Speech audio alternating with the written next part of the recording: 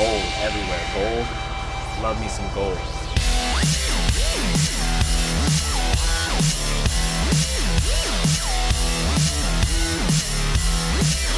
Spaceship has landed. Gold tape is being applied as we speak. I went to a bigger siphon tube and everything. I left that out because just in case we had to mock it up and it goes inside. Okay, so now I can drop this whole fuel cell in the car and the can and bolt it all in. The team and I just got the car back from Esteban's. Esteban and his team of guys pulled off painting this whole thing in about 48 hours. Now that it's back here, Chip, Mike, myself, Gary Kubo, and the whole team has 7 days to get this car from where it is right now to a complete runner, and then on the truck and trailer, headed to New Jersey.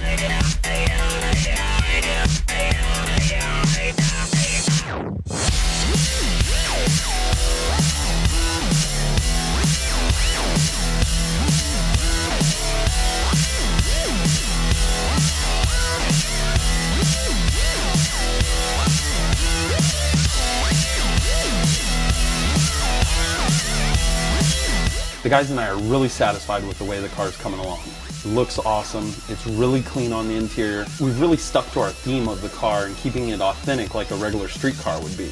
I mean, it still has the steel roof in it. We put real regular glass windows in it. And when you look at the interior, I mean, there's not a lot of tin work. You still see the factory floor. We put the cell around the fuel system because that's mandatory to pass tech.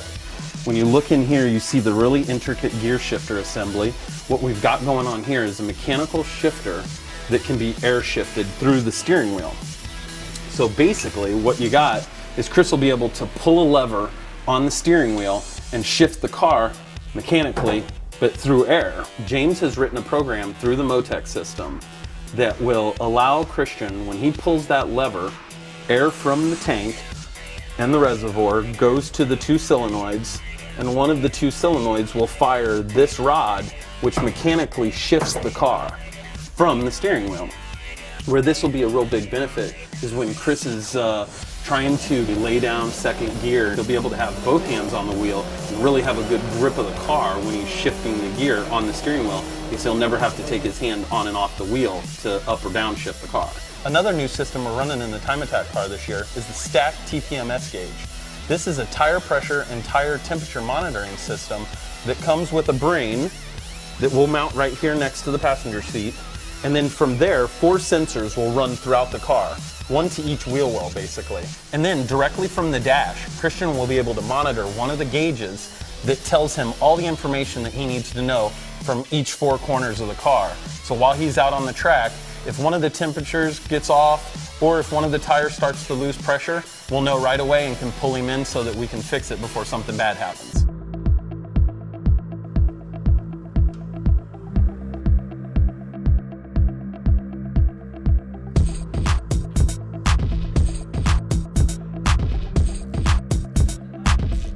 We just got the motor mounted in solid right now in the car. Getting all the lines hooked up and they're all getting tidied and getting cinched down, ready to go. Been looking forward to this point since 2 weeks ago when we started taking everything apart to take the paint to come back to where we're at right now.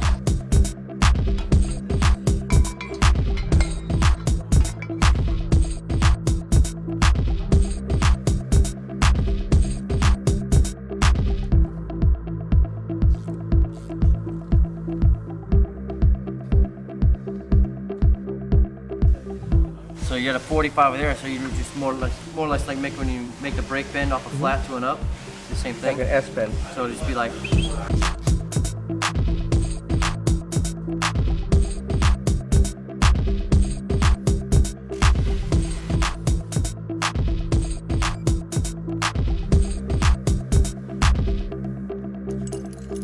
We'll go and figure out the sprung mass frequency for it in a minute. We'll see what it is. But what happens is, if you've got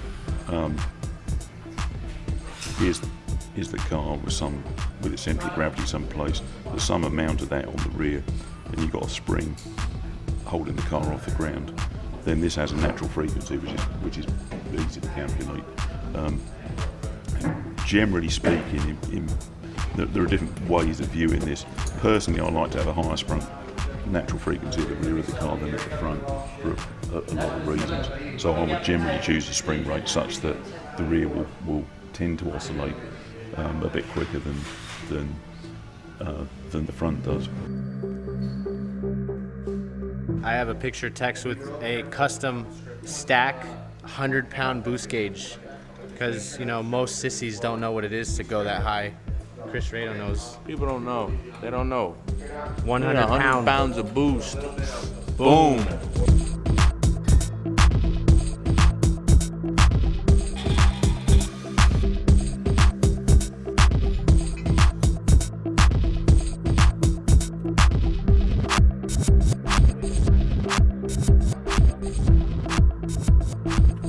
So that loops it up over there nicely, and that's not really strained at all there. No, it's really pretty nice.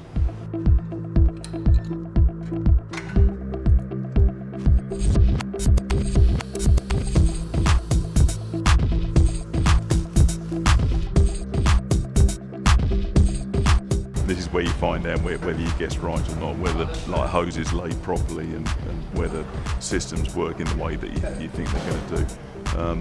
It's just the nature of the beast. I mean, this is the first car like this that we've actually built. So,